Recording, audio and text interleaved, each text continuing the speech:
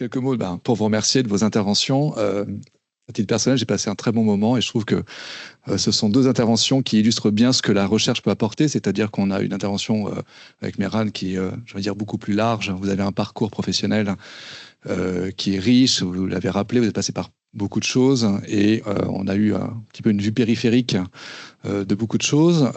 Et puis avec Estelle, on est rentré dans le détail, c'est-à-dire qu'à l'horizontalité, on a ajouté de la profondeur sur un point très précis, particulier. C'est un travail scientifique de sociologue et il y a certaines choses dont on avait entendu parler et que vous reprenez sous un angle différent, notamment la question de l'aménagement du territoire à travers les clusters de la fameuse Route 128, dont Emilia Robin, qui nous suit en ligne, là, nous avait parlé au mois de décembre dernier, la comparaison avec Saclay. Donc, c'est bien parce que au fur et à mesure des conférences, il y a certains thèmes qui reviennent de manière régulière et on comprend que c'est au cœur un petit peu de nos sujets. Et puis ce que vous dites, alors j'aurai plusieurs questions, mais je reviendrai dessus après les questions de la salle. Mais ce que vous dites sur le cluster, enfin, c'est vrai que ça fait écho quand même un petit peu, je trouve, même si c'est spécifique au Génopole d'Evry, à ce qu'on peut vivre aussi ici. Et ça interroge la question, voilà, des politiques publiques. C'est qu'on comprend qu'à un moment, il y a une bonne idée qui vient de loin, on voit que ça marche, on a le sentiment que ça marche à l'étranger, on se dit mais pourquoi pas nous, il ne faut pas qu'on prenne de retard, on met en place une politique publique, on dit il faut qu'on fasse pareil, hein, et ensuite, la réputation, là vous avez terminé là-dessus, le label hein, fait que Génopole c'est formidable, Paris-Saclay c'est formidable, la Silicon Valley c'est formidable, et la science elle est là pour aller voir derrière l'apparence et derrière l'effet de com, et quand on fait de la sociologie comme vous le faites, que vous allez voir les acteurs pour de vrai, que vous faites des enquêtes qualitatives et quantitatives, et bien vous montrez que c'est formidable mais que ça pourrait être beaucoup mieux, parce que les relations sont pas si riches que ça, parce que chacun a sa temporalité, parce que chacun se sent en concurrence avec le voisin, et ce travail de terrain, de science, si vous voulez, il est essentiel et à mon sens, il est évidemment préalable ou concomitant à l'action publique et politique. Et qu'à un moment, effectivement, une bonne idée ne peut pas se contenter de venir d'en haut. Et vous l'avez dit, on ne peut pas décréter la coopération. On peut dire, effectivement, nous, on a dans les statuts de notre université, on présente Paris-Saclay comme un cluster. C'est dans le préambule, il me semble, du décret qui crée l'université. Donc c'est très bien. Bon, je suis très content de parler du cluster parce que c'est vrai que nous, en sciences sociales, on ne savait pas très bien ce que c'était jusqu'à il y a quelques temps, donc on voit davantage.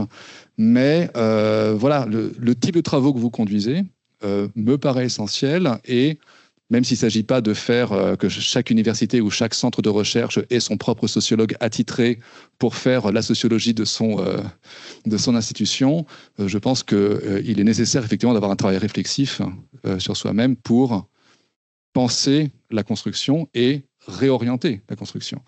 Et je termine ce propos, puis après par une question, et puis je donne des questions à la salle.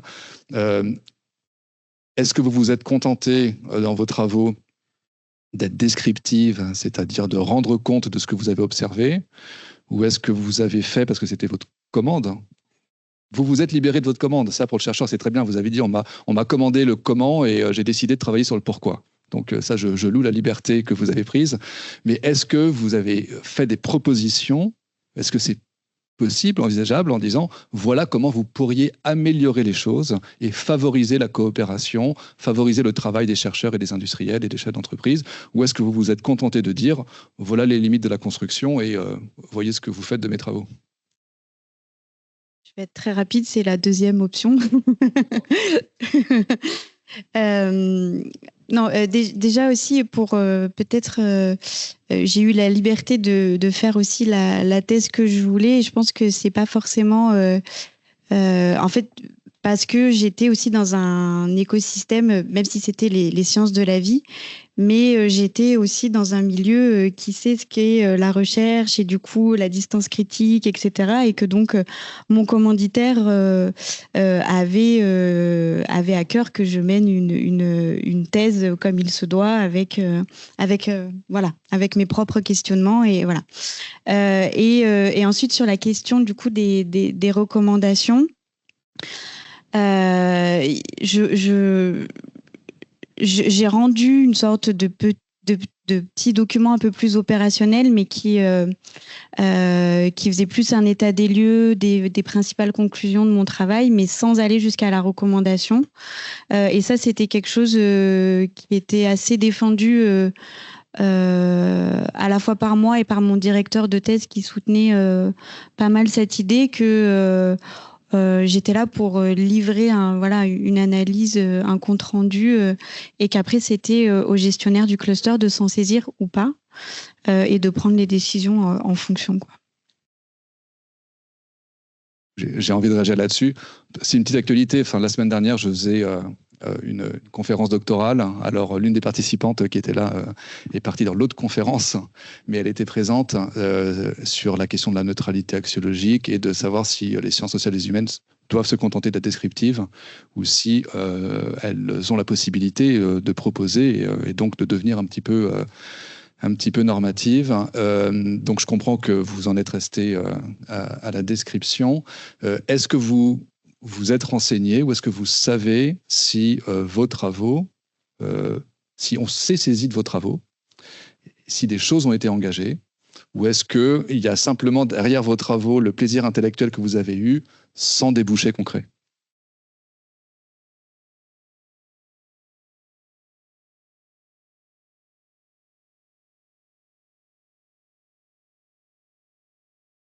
C'est difficile de répondre à cette question.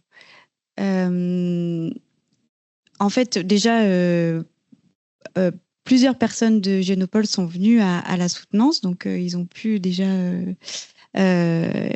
écouter les résultats. Ensuite, j'ai aussi présenté les résultats à Génopole après ma soutenance. Et en tout cas, je ne sais pas s'ils s'en sont saisis entièrement, mais je sais que, en fait, dans les échanges qu'on a eus, c'était un petit peu... en tout cas, ils se rendaient compte qu'ils avaient un peu cru à. J'ai pas parlé de ça, mais dans ma thèse, je parle beaucoup de la question du mythe, de l'imaginaire autour du cluster. Et donc, dans les échanges qu'on a eus, de ce que je peux vous dire, c'est que j'ai eu l'impression que ça leur a parlé, qu'ils ont compris qu'ils avaient adhéré à cet imaginaire, des relations harmonieuses, etc. Et que en fait, peut-être qu'il fallait qu'ils se concentrent sur leur mission principale, qui était l'accompagnement des entreprises, le développement des laboratoires, et qu'ils laissent peut-être un peu de côté cette mission d'animation qui, au final, ça faisait 15 ans qu'ils essayaient et ça marchait pas trop. Donc voilà. Après, est-ce qu'ils l'ont vraiment fait? Je ne sais pas. Je n'ai pas pris de nouvelles depuis 5 ans. Mais en tout cas, j'ai eu le sentiment qu'il y a eu une prise de conscience sur un peu les efforts vains qu'ils avaient mis en place, quoi. Alors, Sandra dans la salle a une question.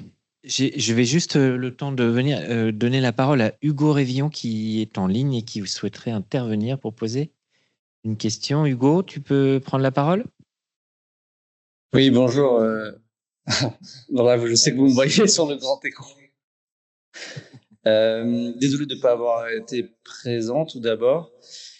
Et j'avais une question. Merci pour vos deux interventions. J'avais une question plus particulièrement pour Madame Vallier sur les limites de la coopération dans les clusters. En fait, je suis issu comme vous d'une thèse CIFRE. Et en réalité, je me demandais s'il y avait pas, si vous aviez pu observer peut-être des différences qui tiennent à la nature entre guillemets de la matière sur laquelle porte la recherche, ou plus spécifiquement une différence entre les sciences sociales et les sciences entre guillemets dures.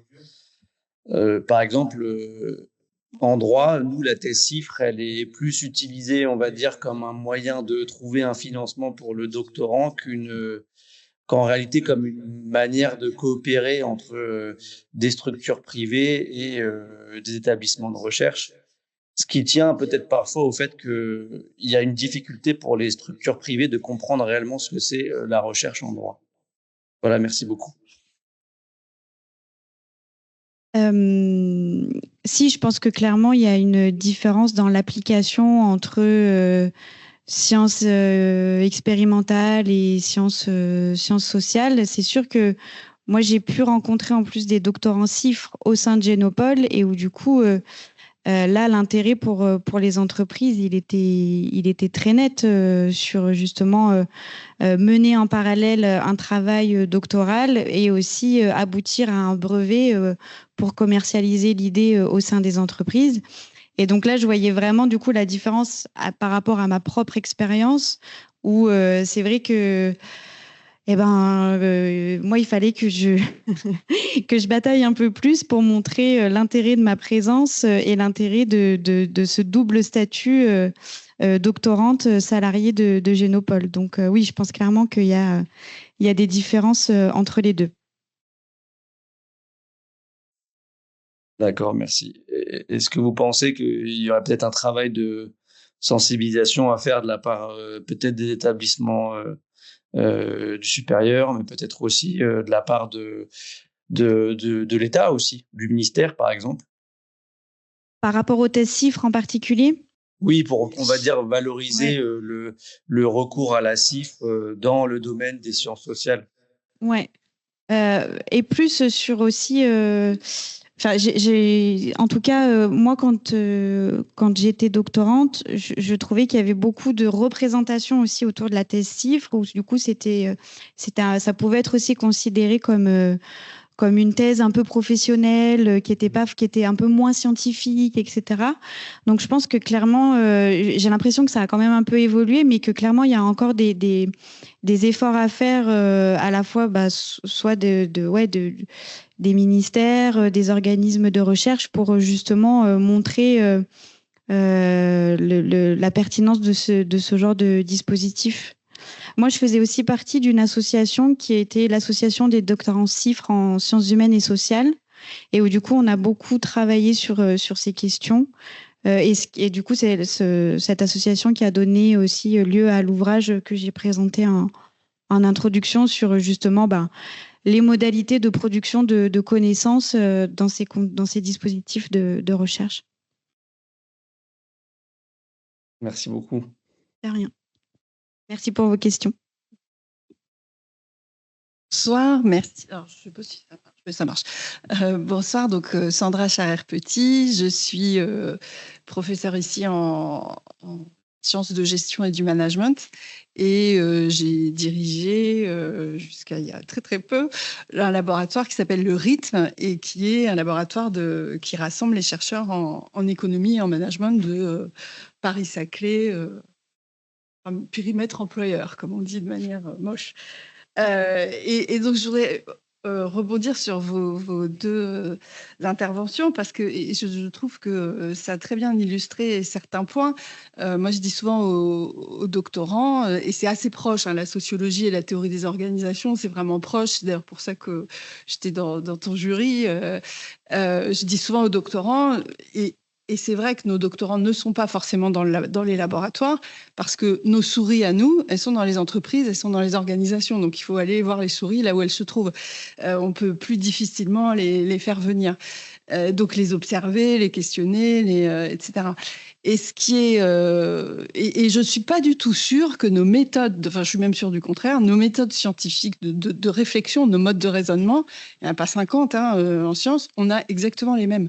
Donc, c'est pas du tout pour moi, et tel que je peux depuis plus de 20 ans maintenant dans cette université côtoyer les autres disciplines, je ne vois pas de différence dans les modes de raisonnement. Les bouquins de méthodo, les trucs de méthodo, on s'appuie sur des exemples qui viennent des sciences, qui viennent, tu as parlé de la bioinformatique, donc deux disciplines qui ont créé de la connaissance aux interfaces jusqu'à créer une discipline autonome. Voilà, tout ça, on est assez à l'aise avec ça. Et il y a un point, puisque qu'est-ce que Saclay peut faire sur les sciences sociales? Alors plein, c'est déjà un terrain de jeu formidable que de côtoyer plein d'autres disciplines, mais si on a notre propre programme scientifique, même si malheureusement il n'y en a pas de manière très formalisée au niveau national. Mais en tout cas, dans ma discipline, je ne sais pas comment c'est en droit, il y a très peu de labos CNRS, il y a très peu d'unités mixtes de recherche en France. Je crois qu'il y en a moins d'une dizaine. Et la tendance est plutôt à On avait discuté beaucoup avec Jacques Bitoun et Sylvie Retailleau à l'époque d'essayer d'humériser. Le CNRS nous avait expliqué que c'était pas la tendance, quoi. Donc on est, mais on connaît ce système aussi, même si on le pratique pas. Alors qu'est-ce qui pourrait être fait pour les SHS? Oui, on a beaucoup d'étudiants. Oui, on passe sans doute plus de temps qu'un prof de maths avec des étudiants, mais là, le problème, il est assez simple à résoudre. Si on avait des postes pour enseigner et des postes d'enseignants-chercheurs, bien sûr, ça serait super, mais aussi des postes de PASS, de prague qu'on avait avant, qu'on n'a plus. Là, on arriverait, parce que une ressource clé qui nous manque, c'est du temps. Et on ne manque pas de projet. On a effectivement une recherche qui coûte pas très cher à mettre en œuvre. Donc, on a besoin évidemment de budget parce que les billets de train, etc., c'est le même prix pour tout le monde. Mais pour aller voir, pour aller sur le terrain, et on a besoin de temps. Et notre recherche, elle s'inscrit dans un temps assez long. Là, en ce moment, on a une chaire santé au rythme et on passe pas mal de temps à la PHP à discuter avec des médecins, avec des aidants, avec des soignants, avec des administratifs. On peut pas faire ça 1 heure par jour et puis après on part en cours, puis on repart. Il faut un temps long, voilà. Donc ça c'est vraiment important et ça serait, je pense, pour l'apport clé. Aujourd'hui, là, moi, j'ai fait le bilan du rythme et ça ressort dans on n'a pas besoin d'argent concrètement parce qu'on n'a pas le temps pour le dépenser. Voilà. Donc, non, mais on arrive, si tu veux, on arrive à aller chercher. On a eu des contrats ANR, on a tout ça. Ce qui est frustrant, c'est que parfois les chercheurs, faute de temps, s'auto-limitent sur leur ambition de papier parce qu'à publier dans un rang 1 international, c'est plus compliqué, etc. Donc ça demande et là, on s'auto-limite. Donc très clairement, très directement, si Saclay peut faire quelque chose demain pour les SHS et le bilan n'en sera que meilleur de production scientifique, c'est des ressources humaines. Des enseignants-chercheurs, c'est sûr, mais aussi des PAST, des pragues qu'on avait avant, qu'on n'a plus. Et là, vraiment, c'est un recul pour justement faire en sorte que le service soit rendu aux étudiants comme il se doit. La dernière fois aussi, quand on a discuté ensemble, j'ai vu que votre priorité, c'est d'avoir un ingénieur qui aide pour monter des projets. Et c'est ça qui est bon. Bon, il y a beaucoup de priorités, mais la toute première priorité, c'est ça. Donc, c'est sur ça qu'on doit travailler, nous, de notre côté. C'est quelque chose qui a été très identifié, effectivement. Hein, et quand on parle du temps, alors je rebondis sur quelque chose que tu as souligné aussi sur le fait que nous avions beaucoup d'étudiants et que par conséquent, on consacrait moins de temps à la recherche. Alors, je dirais pas que c'est une problématique de nombre d'étudiants, parce qu'en réalité, l'offre de formation, qu'il y ait beaucoup d'étudiants ou pas, serait peu ou prou la même.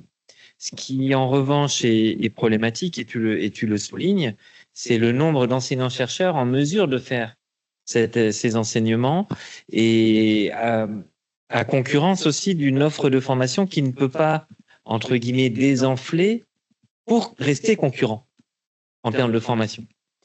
Et le vrai sujet est bien là, c'est-à-dire de mettre davantage de professeurs, davantage de maîtres de conférences, davantage de professionnels aussi à travers effectivement les postes de PAST, de MAST, pour pouvoir faire en sorte qu'un surservice d'un enseignement ne soit pas 1 à 2 fois le service qu'il doit normalement effectuer, au détriment de sa recherche, évidemment, en sachant qu'il y a évidemment les chercheurs administratifs aussi qui interviennent.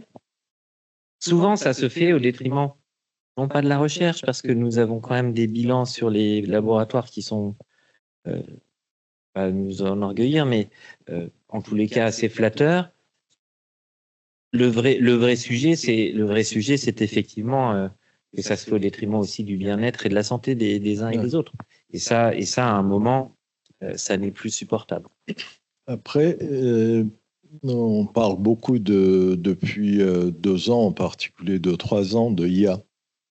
Je pense que votre communauté peut tirer beaucoup de bénéfices de IA. C'est-à-dire que la recherche que, même dans notre domaine, maintenant, je ne vais plus lire, je cherchais les articles sur le sujet, maintenant je demande qu'est-ce qui a été fait sur tel sujet. Et il fait le travail, la littérature.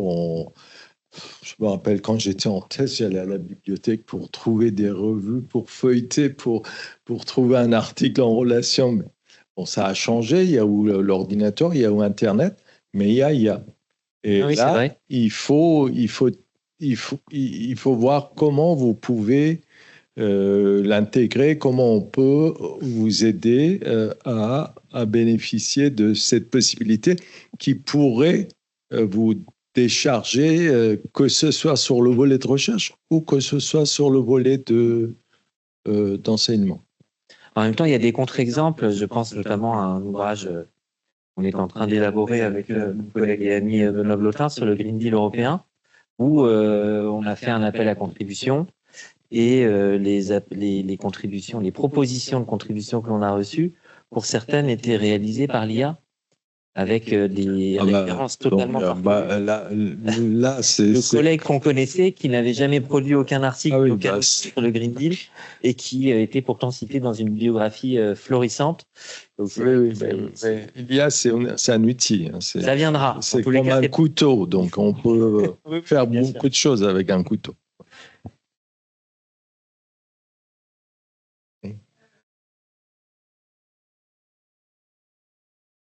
Oui. Mais je pense à un investissement important, rentable. Donc Frédéric Coulet, je suis professeur dans cette maison et j'ai le plaisir de travailler avec Mehran dans son équipe puisque je suis vice-présidente déléguée à la recherche en sciences humaines et sociales. Donc je voudrais remercier à la fois Mehran et Estelle Vallier pour leurs interventions. Et je vais un petit peu rebondir sur ce qui a été dit et réagir par rapport à certains éléments qui ont été mis en avant. Alors, j'étais très intéressée par les chiffres de rétractation d'articles par pays parce que finalement, quand on parle de la recherche, on valorise beaucoup l'internationalisation sans nécessairement toujours se poser la question de savoir dans quel contexte la recherche est menée.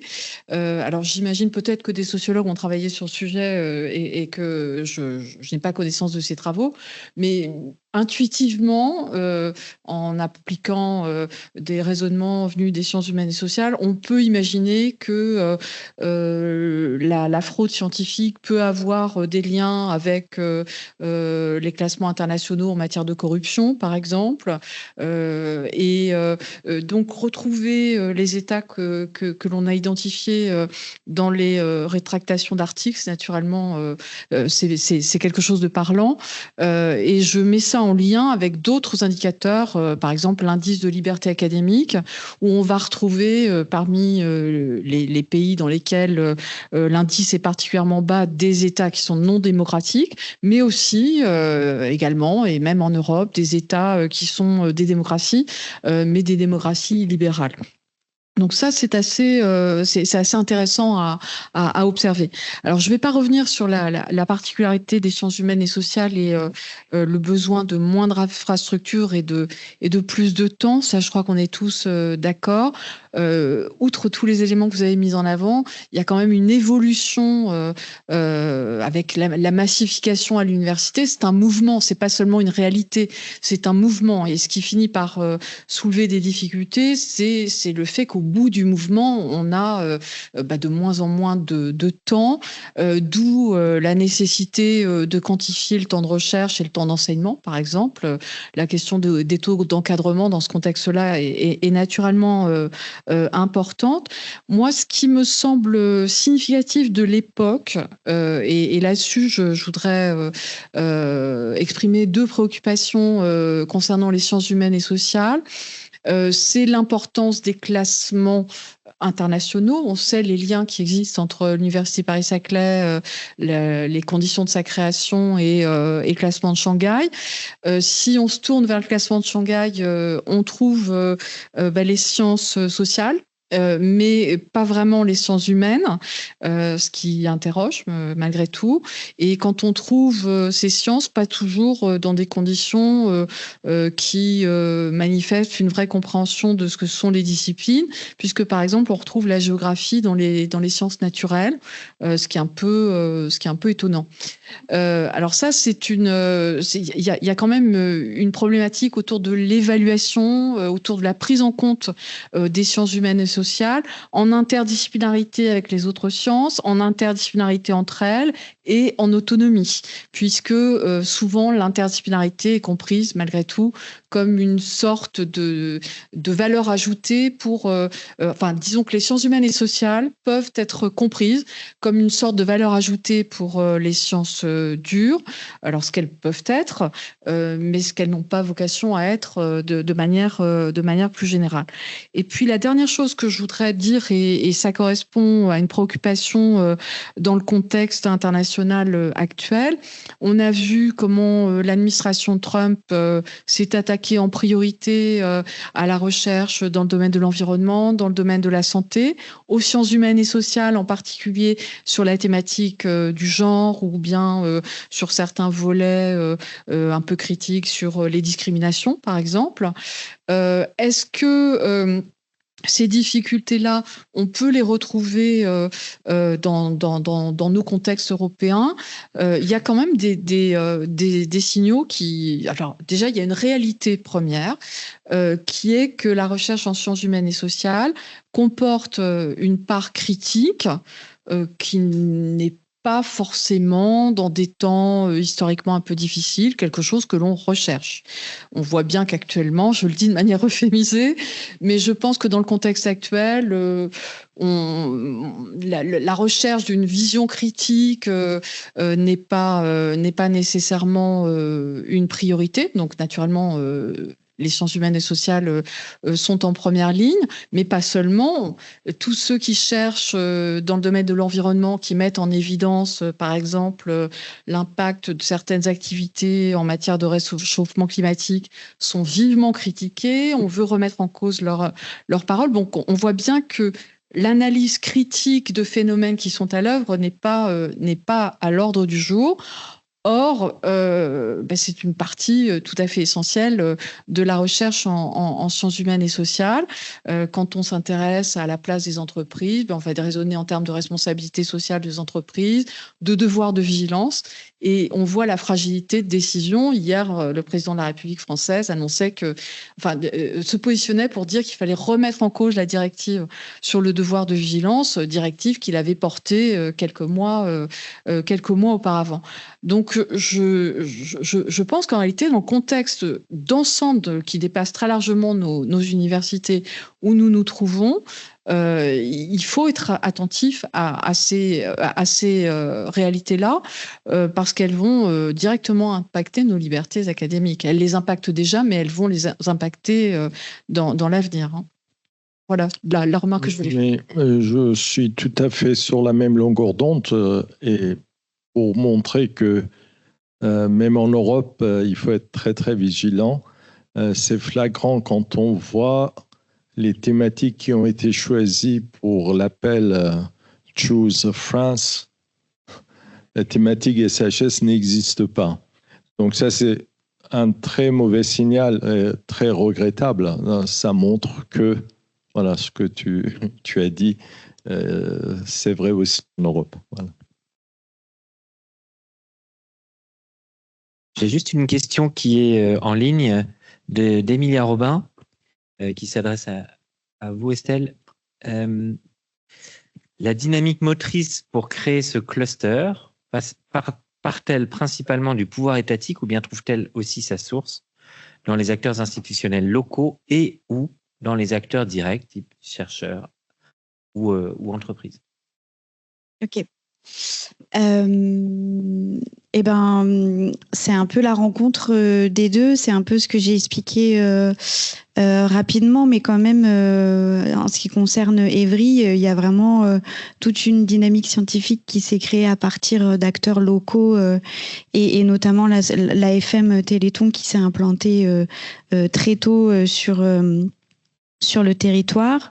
Et donc c'est vrai que, mais bon, au début, en fait, c'était intéressant de voir quand j'étais à Génopole comment justement ils montraient un peu juste la carte du territoire et de montrer justement comment l'expansion immobilière qu'il y avait eu justement sur le site.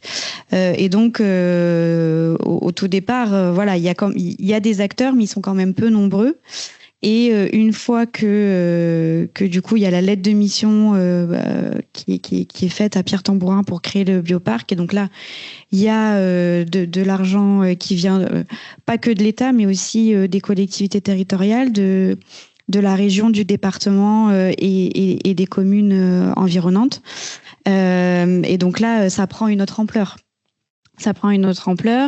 Et ensuite la question était plutôt sur la coopération ou c'était la dynamique de création. Oui, bon, bah alors c'est ça. Ouais. Oui, merci pour les différentes remarques. Benoît Blotin, je suis maître de conférence en droit public. J'avais plutôt deux remarques par rapport à une question que vous avez posée tout à l'heure. Pourquoi finalement la faculté de droit d'économie et management, on ne se saisit pas trop de ces mécanismes de professeurs invités ou de missionnaires, etc. Un élément de réponse, je pense, et c'est une très grosse différence, on le sait avec les sciences dures, c'est que dans les facultés de droit, en tous les cas, en termes d'avancement de carrière, tout ce qui touche les collaborations et la recherche collaborative n'est pas vraiment valorisé en matière d'avancement de carrière. Et ça, c'est une différence très importante. Devant le CNU, quand on fait du droit, quand on dépose son dossier, la recherche collaborative est pas valorisée. Alors peut-être que ça évoluera. Oui, tout à fait. C'est une différence extrêmement importante. C'est une différence importante. Et quand je vois l'une des interviews d'un jeune professeur de mathématiques qui a reçu la médaille de Fields en 2022, qui s'appelle Hugo Duminil-Copin, qui dit que dans sa carrière, il n'a quasiment jamais écrit, enfin, il n'a jamais publié un article seul, c'est une différence considérable. Donc voilà, outre le fait évidemment que nous manquons de temps pour répondre à ces différents appels, et donc voilà un élément de réponse. J'avais aussi une remarque par rapport à ce qui a été dit sur les bourses, sur les conventions CIFRE. Là aussi, je pense que les mentalités sont en train de changer, en tous les cas en SHS. Il y a quelques années, moi j'en ai fait partie où j'ai subi ça, c'est-à-dire que c'est quelque chose qu'on n'évoquait pas. Lorsqu'on avait une bourse CIFRE, on préférait pas le dire parce que, pareil, en termes d'avancement de carrière, c'était quelque chose, puisque c'était peu connu, eh bien c'était mal connu et donc mal valorisé. C'est quelque chose que je mettais sous le tapis. Et on se rend compte qu'en réalité, de plus en plus, ces dernières années, même dans cette faculté, il y a de plus en plus de recrutement via des conventions CIFRE. Mais là aussi, c'est une très grosse différence avec les conventions CIFRE qui sont menées, pilotées dans le cadre des sciences dures. Oui, c'est ce que j'allais dire. J'allais rajouter.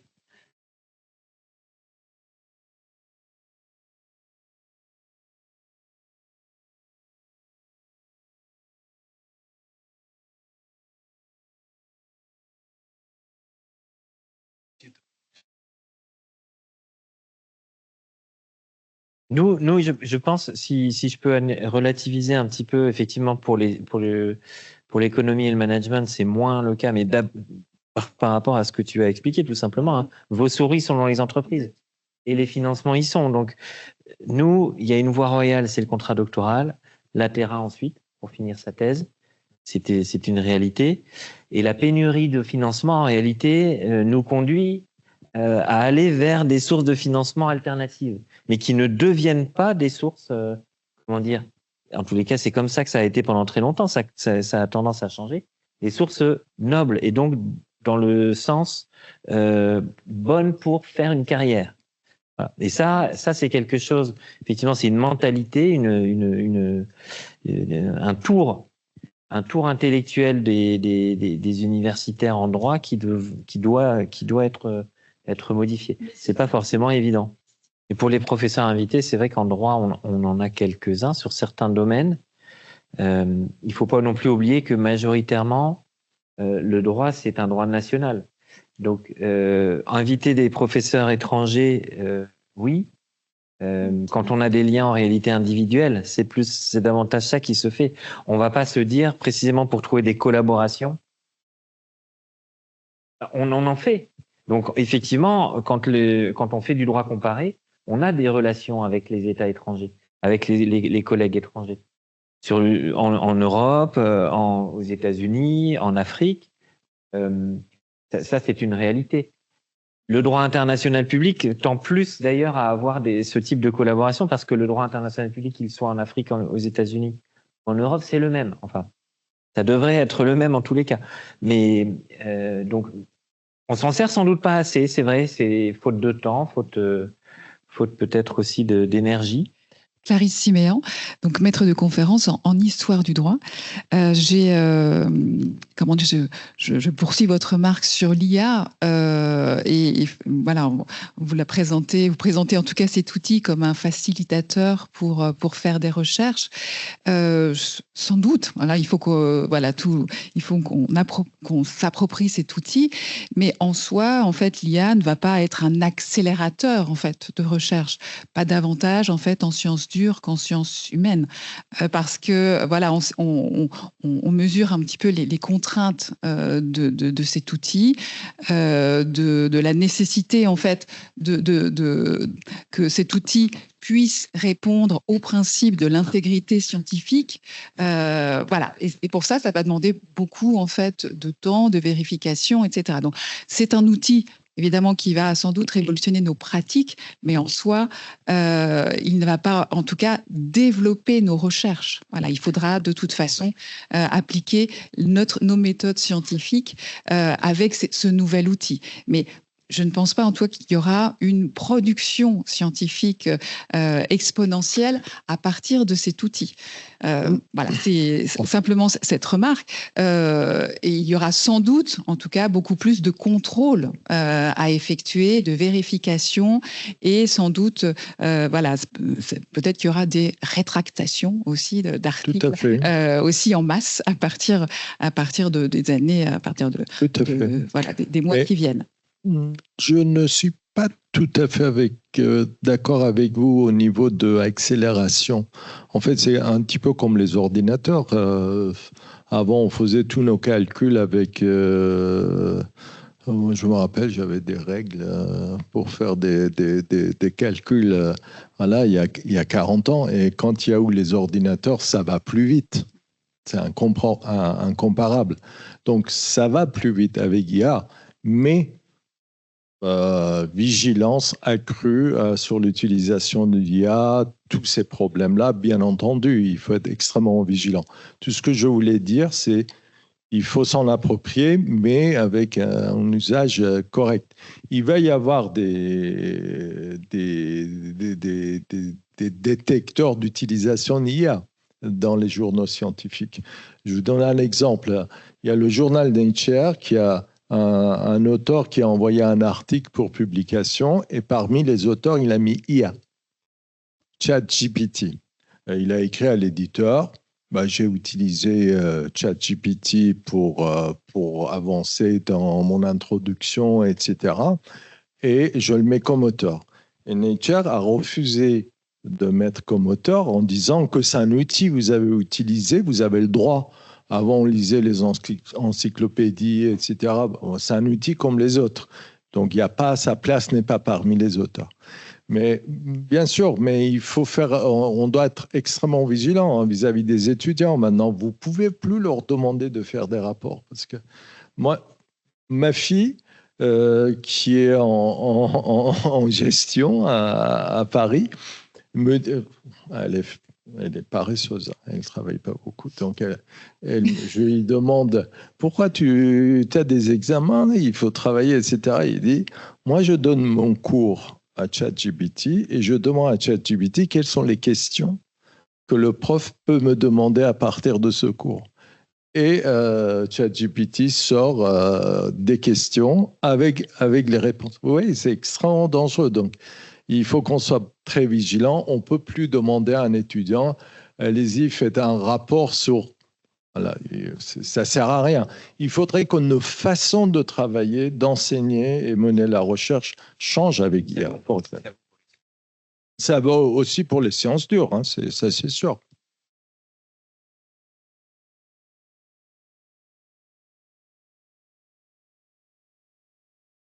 Pardon, oui, pardon. Il y a quelque chose qui peut être fait sur les thèses, c'est un détecteur systématique au niveau du premier dépôt de la thèse. Ça se fait systématiquement maintenant? D'accord, très bien. Ok, parce que ça, c'était pas le cas avant. Et sur l'IA, c'est ouais. Bah oui. D'accord. J'ai une autre question en fait, pour vous. Cette fois-ci, mais très théorique, vous allez voire utopique. Vous avez en fait exposé en fait les clusters, voilà, comme un partenariat entre université, État, entreprise, industrie, évidemment à partir de ce qui existe. Est-ce que vous allez voir l'utopie. Est-ce que dans les réflexions théoriques sur les modèles en fait universitaires, collectifs, est-ce que un autre modèle a pu être un jour proposé? Parce que vous avez pensé, voilà, vous avez relaté l'idée qu'il faut une implantation territoriale, une association d'établissements divers. Est-ce que dans un cadre parfois local ou régional. Est-ce que dans cette configuration, avec juste ces éléments-là, est-ce qu'on a pu penser en fait à un modèle qui ne met pas en valeur les industries, mais le milieu universitaire avec les institutions étatiques, les institutions en fait qui relèvent en fait du droit public, de la chose publique, et également le tissu social avec les associations, avec les structures, les circonscriptions territoriales, etc. Est-ce qu'un jour, ce modèle a pu être exposé, théorisé? Alors, évidemment, pas créé, mais est-ce qu'un jour, on a pu penser, en tout cas, à ce genre de modèle?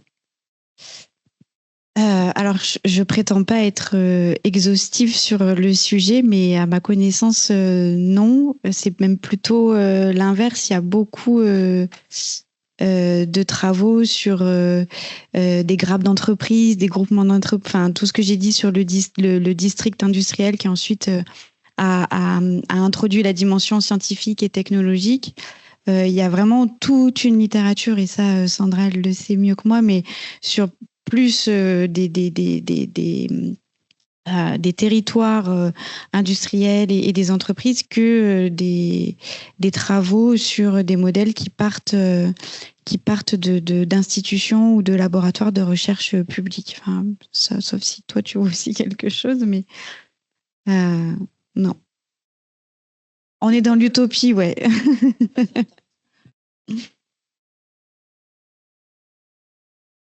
Le temps passe et nous allons devoir malheureusement sur cette conférence. Merci beaucoup. Emilia Robin a peut-être une réflexion sur... Emilia, je ne sais pas si tu m'entends. Emilia, tu peux prendre la parole. Hein. On t'entendra. Elle a un problème de micro, donc je suppose qu'elle est en train de... Oui. Non, c'est la prise de la dictée. 1 minute. C'est très énigmatique. Est-ce que là, on m'entend? Ah voilà, on t'entend, c'est parfait. Pardon, petit problème technique. Oui, sur cette question d'imaginer une conception alternative de cluster, il y aurait des très bons clusters à mener sur la question, sur justement autour du territoire Orsay-Saclay.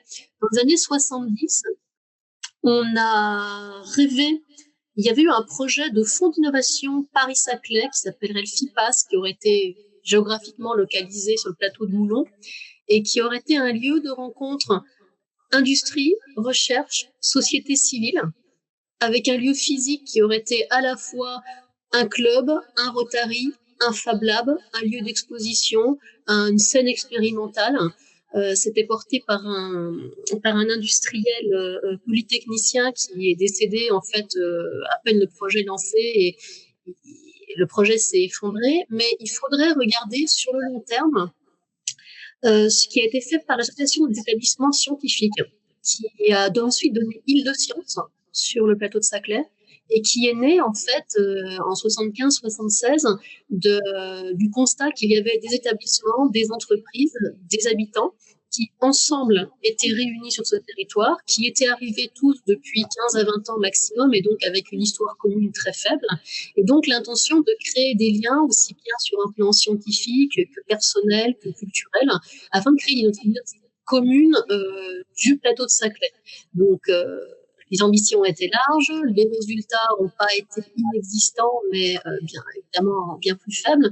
Mais cette question d'avoir quelque chose, d'où ma question sur l'origine de la dynamisme motrice, est-ce qu'elle venait de l'État ou est-ce qu'elle venait du territoire, il y a eu des initiatives de terrain qu'il faudrait étudier sur le long terme.